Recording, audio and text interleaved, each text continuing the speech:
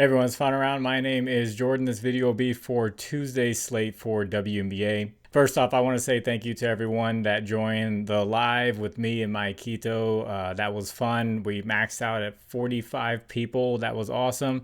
I was expecting maybe 10-ish, and that's, people stayed around till the end, about 15. So thank you to everyone who came to that. I definitely had a good time. I know my keto had a good time.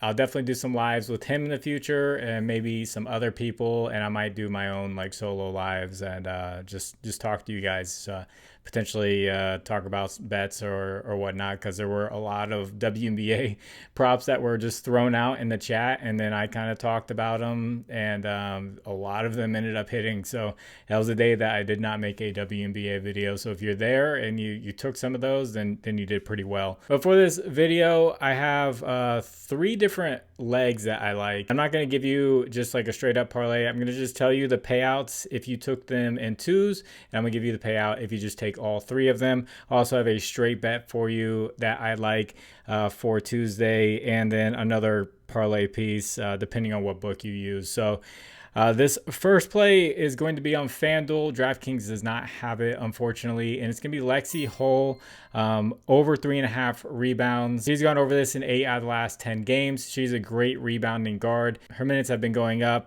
due to the Clark injury, Cunningham injury. She's on the court a lot more than she used to be. And the Mercury are giving up the 5th most rebounds to guards over the past month. And it has shown in her matchups against the Mercury this year. She had 5 and 6 in both matchups against them. So I do really like this leg as a parlay piece. Then this next leg is going to be Alyssa Thomas over 7.5 assists. This is on Fanduel or DraftKings, and she's gone over this in 7 out of the last 10 games. Fever, they're giving up the 3rd most assist over the past month. They're also giving up a lot of points just due to their fast pace and due to their defense just hasn't been that great. So as long as there's not a blowout, I think this does well. She did go under in one matchup and she went over another matchup. So she had 7 and 10 versus the Fever this year.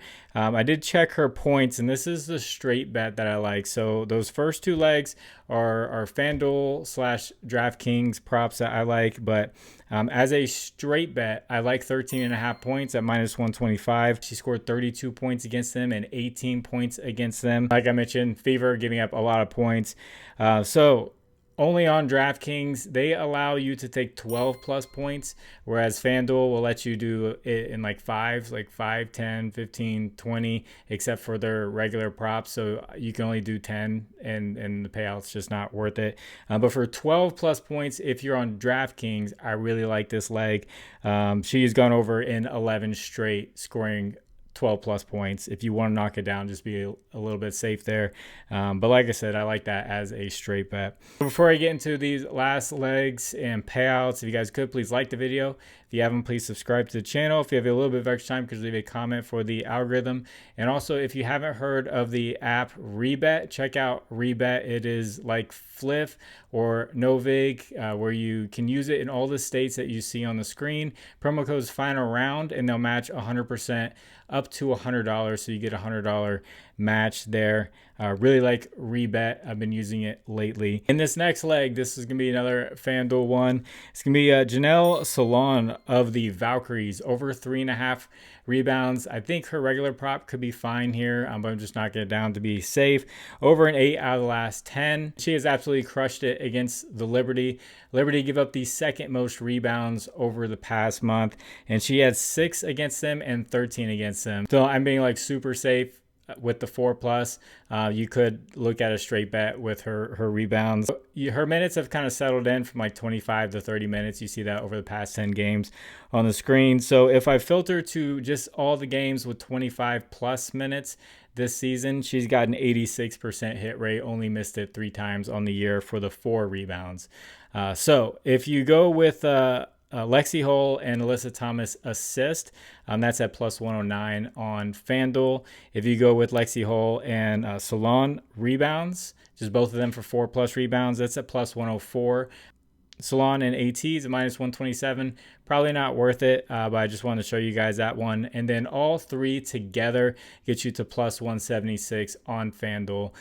So really like those parlays, like the Alyssa Thomas points as a single bet, or if you're on DraftKings, you can knock it down to 12 and maybe replace that with assist, or just add it on with assist if you want to. I didn't do much with DraftKings and finding out the payouts because I noticed Hull wasn't there, Lexie Hull wasn't there. But that is a lot of bets to play around with, a lot of variety and options for you to choose if you like any of these. So if you guys would like to discuss lines further, I have a Discord, link is in the description. Hop on in there, talk about WNBA, talk about baseball, all that good stuff. NFL is coming up, college football.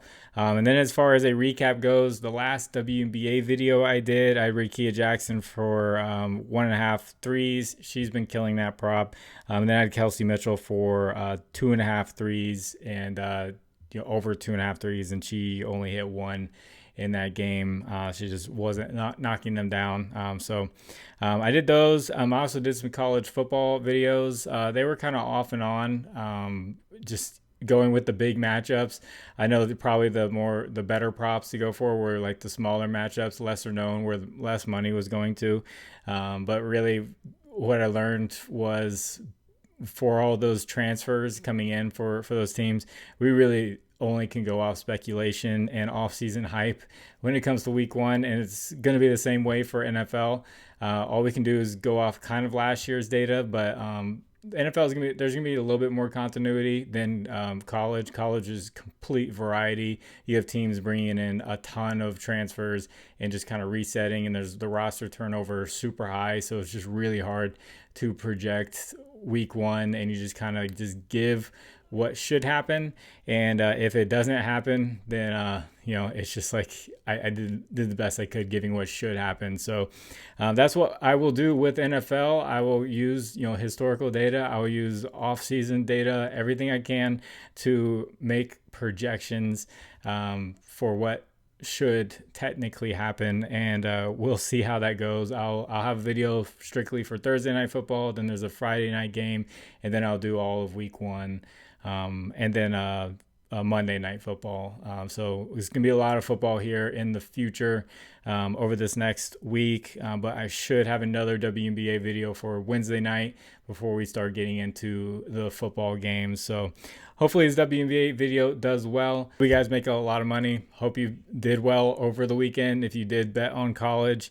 I think all of the favorites for the big games lost. All the public money was, so not necessarily the favorites, but where all the public money was, all the public bets lost. So it was wild. So happy that Ohio State came through, because I think the public was on Texas on their spread, but it is what it is. So awesome doing the live. Let me know if you were there and you enjoyed it and you want more of that. Someone also mentioned doing more skits, just the funny skits randomly, and I probably will bring that back too. So gonna get this edited and get it out to you all. God bless you. It's a final round. My name is Jordan. I will catch you on the next one. Bye.